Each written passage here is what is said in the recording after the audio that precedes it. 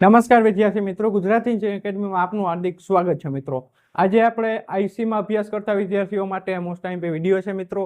Most IMP ક્વેશ્ચનનો મેં આ video બનાવેલો છે, બરાબર મિત્રો। આઈસી બરાબર મિત્રો, તો હવે આપણે જોઈએ તો શું છે મિત્રો, ડિપ્લોમા આઈસી સેમેસ્ટર 6 બરાબર મિત્રો। બ્રાન્ચ કોડ શું છે મિત્રો, 17 બરાબર મિત્રો। આપણે આઈસી એટલે ઇન્સ્ટ્રુમેશન કંટ્રોલ। પછી આપણે જોઈએ તો મિશન શું છે મિત્રો, mission Gujarat GTU sem 6 pass બરાબર મિત્રો। શું કરવાનું છે, પાસ।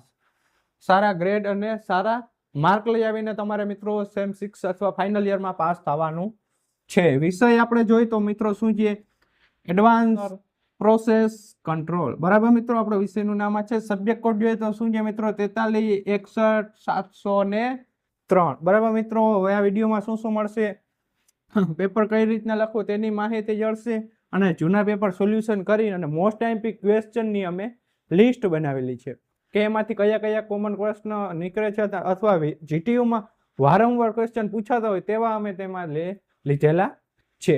એટલે તમે એટલા ક્વેશ્ચન કરશો એટલે તમને વાંધો નહીં આવે, સારા પર્સન્ટેજ સારા ગ્રેડ આવી જશે। તો ખાસ કરીને જીટીયુનો સમયગાળો ઓછો છે, તો સમય જાય નહીં અથવા સમયનો બગાડ ના થાય તે રીતના તમારે જીટીયુની તૈયારી કરવાની ચાલુ કરી દેવાની છે, અને સારા ગ્રેડ અને સારા પર્સન્ટેજ લઈ આવવાની છે। કેમ કે મિત્રો ફાઇનલ યર છે એટલે તમારે ખાસ કરીને ધ્યાન રાખવું જોઈશે કે કેમ કે અટાણથી તમારે ફાઇનલ યર ડિપ્લોમા પૂરું થશે એટલે 2 પાર્ટ પડે છે, ડિગ્રી અથવા જો તમારે એક પણ બેકલોગ કેટી આવી તો તમે ડિગ્રી અથવા જોબ કરી શકશો નહીં, અથવા ઘર બેઠા તમારે બેકલોગ સોલ્વ કરવી પડશે। તો ખાસ કરીને તમારે તે ધ્યાન રાખવાનું છે મિત્રો કે પાસ કઈ રીતના થવું અને તે કઈ રીતના છે એમ બધી જ ઇન્ફોર્મેશન આ વિડીયોમાં આપેલી છે, બરાબર મિત્રો।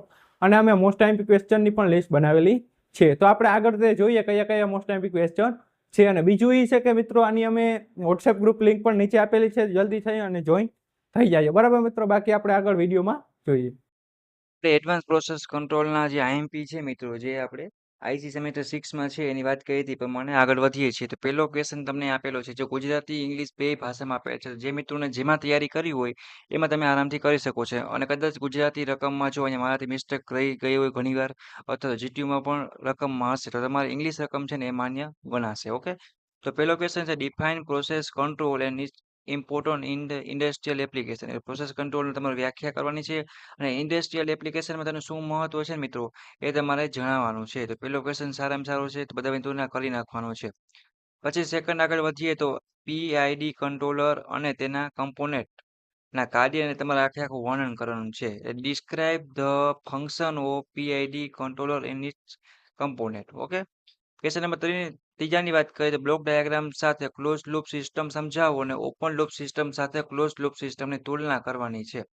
તો ત્રીજો ક્વેશ્ચન પણ છે, જેને ઇંગ્લિશમાં કરવું ઇંગ્લિશમાં પણ કરી શકે છે। ઓકે મિત્રો, ક્વેશ્ચન નંબર 4 ની જો વાત કરીએ તો કન્ટિન્યુઅસ કહેવાય ને, કે જે જો શોર્ટમાં ઘણીવાર શું કહે જીટીયુ વાળા કે આખું નહીં લખે, આગેમાં આપણે ટેન્ક હીટર છે તો એ શોર્ટમાં સીએસટીએચ પ્રક્રિયાના ઉદાહરણ સાથે પ્રોસેસ વેરિયેબલને સમજાવો, તો એવું બધું કરી નાખે ઘણીવાર। તો તમારે એ એક ખાસ ધ્યાન રાખવાની કે શોર્ટમાં હોય તો નામ ને ફૂલ ફોર્મ ટૂંકમાં બધું યાદ હોવું જોઈએ। ઓકે, તો એ પ્રમાણે તૈયારી કરીને જવાનું, ઘણીવાર એના કારણે 5-10 માર્ક આપણે કપાઈ જતા હોય છે।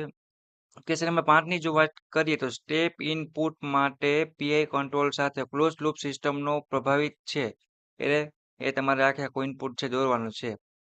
તો ક્વેશ્ચન નંબર 6 ની વાત કરીએ તો ફંક્શનલ બ્લોક ડાયાગ્રામ સાથે ક્લોઝ લૂપ સિસ્ટમના ટ્રાન્સફર ફંક્શન તમારે મેળવવાના છે।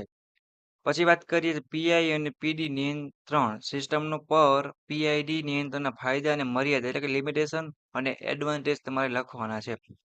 ક્વેશ્ચન નંબર 8 ની વાત કરીએ તો list the main component of DDC system. Okay, તો એ પણ ખાસ તૈયાર કરી નાખવાનો છે। ક્વેશ્ચન નંબર 9 તરફ આગળ ડિજિટલ કંટ્રોલરના બ્લોક ડાયાગ્રામ સાથે ડાયરેક્ટ ડિજિટલ કંટ્રોલ ડીડીસી નું કાર્ય તમારે સમજાવવાનું રહેશે। અને આકૃતિ બધા મિત્રોને દોરવાની ઈચ્છો ને માર્ક્સ વધારે મળતા હોય છે। આર્ટિફિશિયલ ન્યુરલ નેટવર્ક એનું વર્ણન તમારે કરવાનું છે, ડિસ્ક્રાઇબ કરવાનું છે। ઓકે, ક્વેશ્ચન નંબર 10 તમારો આ રહેવાનો છે।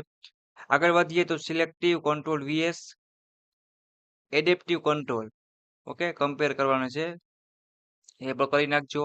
આર્ટિફિશિયલ ન્યુરલ નેટવર્ક એનું વર્ણન આપજો, એ પણ વાત થઈ ગઈ પ્રમાણે। પછી વાત કરીએ સ્વચ્છ આકૃતિ સાથે બોઇલર સિસ્ટમને સુરક્ષિત રાખવા માટે શું કીધું કે ઓવરરાઇડેડ નિયંત્રણ છે એ તમારે આખું સમજાવવાનું રહેશે। ક્વેશ્ચન નંબર 14 ની વાત કરીએ તો આકૃતિ સાથે તમારે રેશિયો કંટ્રોલ છે મિત્રો એ એક સમજાવવાનું છે। હવે 15મા ક્વેશ્ચનની વાત કરીએ ડાયનામિક ઇન્ડસ્ટ્રીયલ પ્રોસેસ માટે એડેપ્ટિવ કંટ્રોલ સિસ્ટમ ડિઝાઇન કરો અને પ્રક્રિયામાં વિક્ષેપને નિયંત્રણ કરવાની તેની ક્ષમતાનું મૂલ્યાંકન છે એ તમારે કરવાનું છે. 16ની વાત કરીએ તો નિયંત્રણ પ્રણાલીના સક્સેસમાં એટલે અનુસરવામાં આવેલા પગલાંની તમારે સૂચિ બનાવવાની છે. એટલે ન સમજાય તો ઇંગ્લિશમાં વાંચી લેવાનો રહેશે. પછી ફીડબેક અને ફીડ ફોરવર્ડ એને શું કીધું કે આખું કોન્ફિગ્યુરેશન છે એ તમારે વિગતવાર સરખામણી કરવાની રહેશે. પીડી નિયંત્રકને વિગતવાર સમજાવવાનું છે. નેક્સ્ટ વાત કરીએ તો શું છે મિત્રો કે જીગલર નિકોલ્સ એનું મૂલ્યાંકન એટલે ઇવોલ્યુશન ક્રાઇટેરિયા છે ને તમારે કરવાનું રહેશે. ડીસીસી ઓપરેશન અને સંચાર પ્રવાહ સમજાવવાનો છે.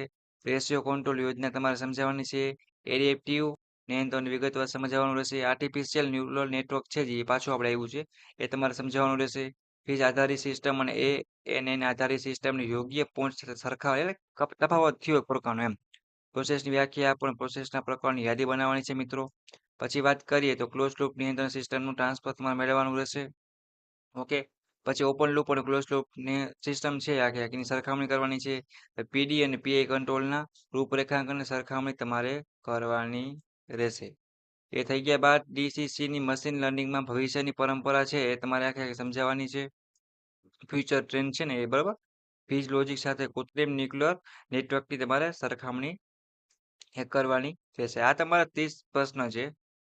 જીટીયુ એક્ઝામમાં તમે એડવાન્સ પ્રોસેસ કંટ્રોલ વાળો જે સબ્જેક્ટ છે દેવા જાઓ જીટીયુ એક્ઝામ ત્યારે બધા મિત્રોને આટલા ક્વેશ્ચન છે ને ફરજિયાત કરી વાંચીને જવાના છે. જો ટાઈમ મળે તો 2-3 વરિયાદના પેપર જૂના એ પણ સોલ્વ કરી નાખવાના છે. હવે તમને એક વાત એ કહી દઉં કે જીટીયુ પેપર માર્ક્સ તમારો કપાવાનું કારણ શું છે મિત્રો કે બધા મિત્રો છે ને બધું વાંચી જાય બધું કરી જાય છે. પણ શું કરે તો કે જીટીયુ નું પેપર સ્ટાઇલ છે ને એ પ્રમાણે પેપર છે ને મિત્રો એ લખતા નથી. આ જીટીયુની પેપર સ્ટાઇલ પ્રમાણે પેપર લખેલું ના હોય તો તમારા માર્ક્સ છે ને એ કપાશે કપાશે ને કપાશે. એટલે બને ત્યાં સુધી બધા મિત્રો શું કરશે તો કે જીટીયુનું પેપર છે એ પેપર સ્ટાઇલ પ્રમાણે લખીને જવાનું છે. એ વસ્તુ તમારે ખાસ ધ્યાન રાખજો. રેડી? અને આકૃતિ છે ને કમ્પલસરી અને ફરજિયાત દોરવાની છે. એના કારણે તમને પૂરેપૂરા અને સારા માર્ક્સ મળવાના ચાન્સ વધી જશે. રેડી? એ વસ્તુ ખાસ ધ્યાન રાખજો. આ 2 પોઈન્ટ તમારે ખાસ ધ્યાન રાખવાના છે. પ્લસ તમારે એટલા આઈએમપી છે અને પેપર વગર એટલી વસ્તુ તૈયારી કરીને જશો મિત્રો. એટલે જીટીયુ એક્ઝામમાં એપીસી સબ્જેક્ટમાં તમે આરામથી પાસ થઈ જશો. બરાબર? તો આ વિડીયો છે તમારા બધા દોસ્તોને શેર કરો અને મોકલો. કોઈને કંઈ પણ ડાઉટ કર્યું હોય, કંઈ પણ ક્વેશ્ચન કર્યું હોય તો મને પૂછી લેવાનું રહેશે. ઓકે મિત્રો? અને આપણે આઈસી સેમેસ્ટર 6 ની એક વોટ્સએપ ગ્રુપ બનાવેલ છે. એની લિંક પણ નીચે આપી દઉં છું. A to Z બધી સબ્જેક્ટની આઈએમપી મળી રહેશે. જેને જોઈન્ટ થવાનું બાકી હોય મિત્રો એ જોઈન્ટ થઈ જાવ. બાકી બધા જીટીયુ માટે ઓલ ધ બેસ્ટ. તૈયારી ચાલુ કરી દો. જીટીયુ એક્ઝામ પાસ થઈ જાઓ. Okay thank you take care bye.